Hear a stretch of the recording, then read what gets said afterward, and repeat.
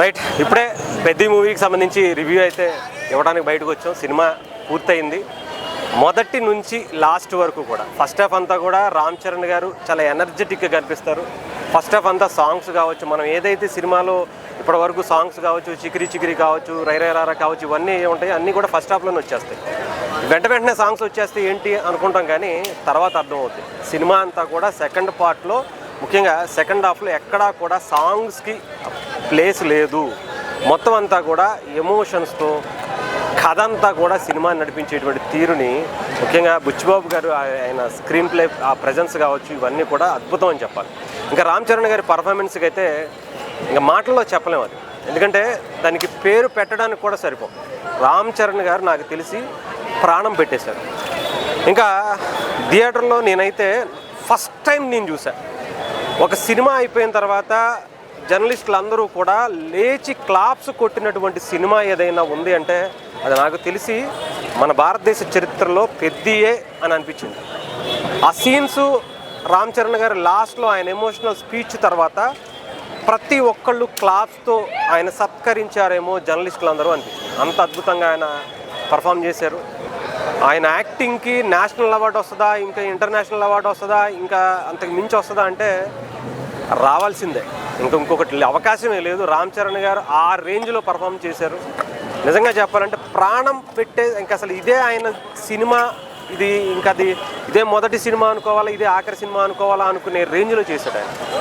Cinema తప్పని ఇంకొక ప్రపంచం లేదు. ఆయన ప్రాణం పెట్టేస్తారు అంటే మాటల్లో కాదు. అంటే ఒక అథ్లెట్ నిజంగా ఒక గేమ్ అంటే ఒక క్రీడాకారుడు ఎవరైనా తన ప్రాణం పెట్టి ఆ గేమ్ ఆడతాడు అంటే ఎలా మనం చూస్తామో, ధోనినో లేదా సచిన్నో లేదా ఇంకొకరినో ఎంత గొప్పగా ఆయన ప్రాణం పెట్టేసి వాళ్ళు గేమ్ ఆడతారనుకుంటారో అలాగ ప్రాణం పెట్టి నటించారు రామ్ చరణ్ గారని చెప్పాలి.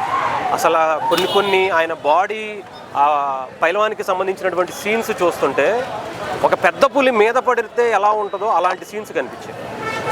ఏదో మనం త్రిపురాల్లో అటు జూనియర్ ఎన్టీఆర్ గారు కొన్ని సీన్స్ కనిపిస్తాయి, కానీ ఒక పెద్ద పులి భయంకరమైనటువంటి సీన్స్, ఆయన ఒక పెద్ద పులిలా ఉండి మిగతా పైల్వాన్స్ మీద పడుతున్నటువంటి సీన్స్ కావచ్చు, అథ్లెట్గా అసలు ఆ ట్రైన్ సీన్ అయితే ఇంక అసలు ఏంటి, ఒక్కసారి సైలెన్స్ అయిపోద్ది అంతే థియేటర్ అంతా కూడా. ఆ సీన్ గురించి చూస్తున్నప్పుడు అసలు ఏంటి రామ్ చరణ్ గారు ఒక వ్యక్తి, ఒక విలేజ్కి సంబంధించిన వ్యక్తి తన ఐడెంటిటీ కోసం, ఆ ఊరి ఐడెంటిటీ కోసం, ఆ ఊరి జనాలు ఈ భారతదేశంలో ఉన్నారు అని తెలియటం కోసం ఎంత గొప్పగా ఆలోచిస్తాడా.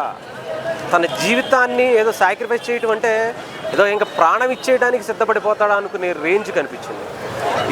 ఇది ఎన్ని కోట్లు కలెక్ట్ చేస్తుంది, ఎంత ఇది చేస్తుంది అనేది పక్కన పెడితే నేనైతే చెప్తున్నాను కదా, రామ్ చరణ్ గారు అనేటువంటి ఒక గొప్ప యాక్టర్ని భారతదేశం చూసింది ఇప్పటికే. RRRతో కావచ్చు, రంగస్థలంతో కావచ్చు. ఈసారి ప్రపంచ స్థాయిలో ఆయన నటన, ఎంత అద్భుతమైనటువంటి నటుడు, భారతదేశంలో ఆంధ్రప్రదేశ్లో మెగా కుటుంబంలో మెగా వారసుడిగా పుట్టాడా అని గర్వంగా చెప్పుకునేటువంటి సినిమా అని మాత్రం చాలా క్లియర్గా చెప్పచ్చు. ఏదేమైనా సినిమా పరంగా రికార్డులు ఇప్పటికే మనం అన్నీ మాట్లాడుకున్నాం. చాలా సినిమాలు చూసాం. రామ్ చరణ్ గారి సెటిల్డ్ పర్ఫార్మెన్స్తో RRR చూసాం, కానీ ఒక విభిన్నమైనటువంటి పాత్రలు, ఒక క్రికెట్ అసలు షార్ట్స్ చూస్తుంటే పిచ్చెక్కిపోద్ది అసలు. ఫస్ట్ హాఫ్లో క్రికెటర్గా ఆయన ఆడేటువంటి తీరు చూస్తుంటే ఏంటి, క్రికెట్లో ఇన్ని అద్భుతమైనటువంటి షాట్స్ ఉంటాయా, ఏదో ధోని హెలికాప్టర్ షాటో లేదండి కొన్ని కవర్ డ్రైవ్స్ కోహ్లీయో చూస్తుంటాం, కానీ నెక్స్ట్ లెవెల్ అంతే. అసలు ఇంకొక కొత్త ఆరా స్టార్ట్ చేశాడు రామ్ చరణ్ గారని చెప్పాలి.